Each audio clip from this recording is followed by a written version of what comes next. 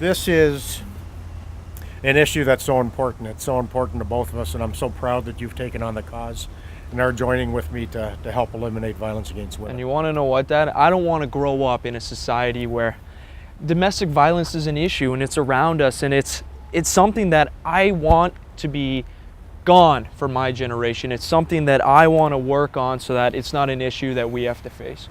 We're here at the Union Hall, and it's something that's so important to Unifor. Let me give you an example. We just had a convention in Vancouver where we had over 1,000 delegates, and we spent a lot of time talking about how do we eliminate violence against women. All the men in the room stood up and we took a pledge to be a part of the solution. And when I left the convention, I spoke to a woman who, once she got home, felt, had to deal with violence immediately with her spouse, and she called me, and her and I spoke. And she said what gave her the confidence to call the police to end the cycle of violence was being a part of that convention and feeling the love and feeling the support and understanding that she wasn't alone and felt that she was a part of a much bigger family. So we're touching people and we're giving women confidence and we're educating men, and that's what we need to do. And that's why I'm so proud that you're with me, son, because you're going to carry it on for the next generation, and we need a lot more of your friends participating like they do to help us conquer the issue.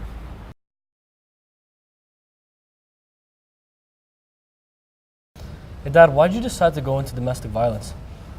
Well, son, growing up, my dad has always told me that violence against women is completely unacceptable.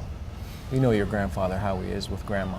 Yeah. And me growing up in our community, I've seen domestic violence, and I thought it was important for me to get into this investigative unit so I can do my part in helping prevent and educate people about domestic violence. So you work in Halton, very nice area, but it seems as if this stuff doesn't necessarily happen. It seems as if these women who are getting abused really don't talk about it. And why is that? Well, I think what you're asking me is Halton's an affluent area, and there's a presumption out there that violence against women doesn't happen, or it's not all that prevalent in Halton Region. Well, I have to tell you that violence against women happen in all walks of life and different socioeconomic scales. Rich, poor, middle class, it doesn't matter. It happens. And it happens all too often. And you may not know it, but it happens in your own neighborhood. That's how prevalent it is. One abused woman is one abused woman too many.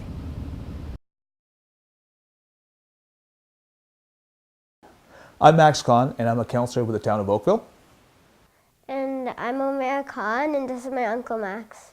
I think the Halton's Women's Place does a great job. They provide a great benefit to our community. A lot of women are stuck in abusive relationships and they stay. And they could stay for many different reasons. They could stay for financial reasons, they could stay for cultural reasons or family pressures. In Halton's Women's Place, they show these women that they don't have to live in a life of fear or suffering or abuse or violence. This is not their destiny.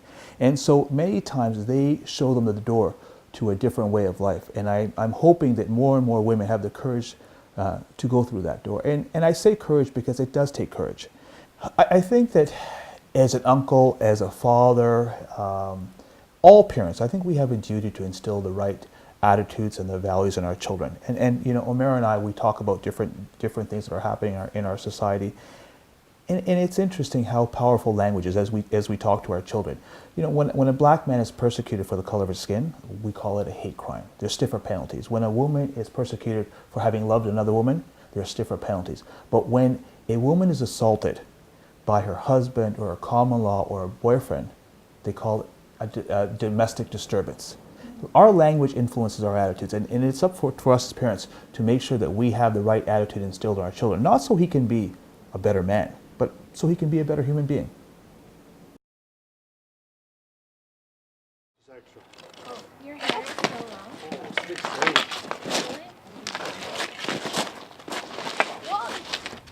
Hi, I'm John Botso, and these are my two sons, Julian and Jacob, ages 8 and 6, and we support Halton Women's Place. We appreciate the organization and what it does. My wife does work for the organization and does a great job in promoting the cause, and we hope to continue it. We hope it doesn't need to be around, but we will always support it and promote the cause to prevent violence against women. It's unfortunate that we need that organization in this world, in this day and age. We should be treating ourselves the way we want to be treated, and especially women, and making them feel safe with their family. So we believe in helping out and promoting the cause.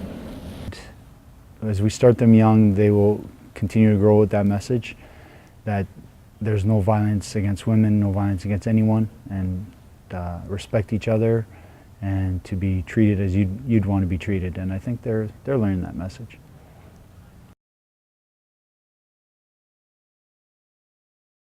Hi, my name's Alan D'Souza, and these are my boys, Xavier, Maximus, and Emerson.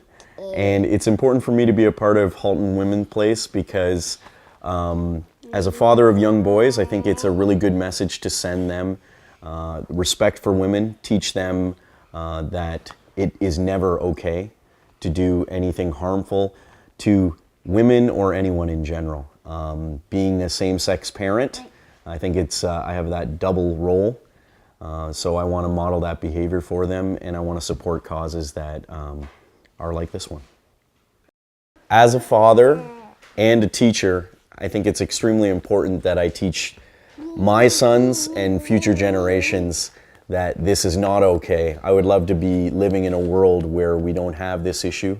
We don't have to worry about violence against women, violence against anyone. So by being a part of this, I hope that we can create an end to violence against women. My name is Alan D'Souza, and I am part of the solution. My name is Jerry Dias, and I'm a part of the solution.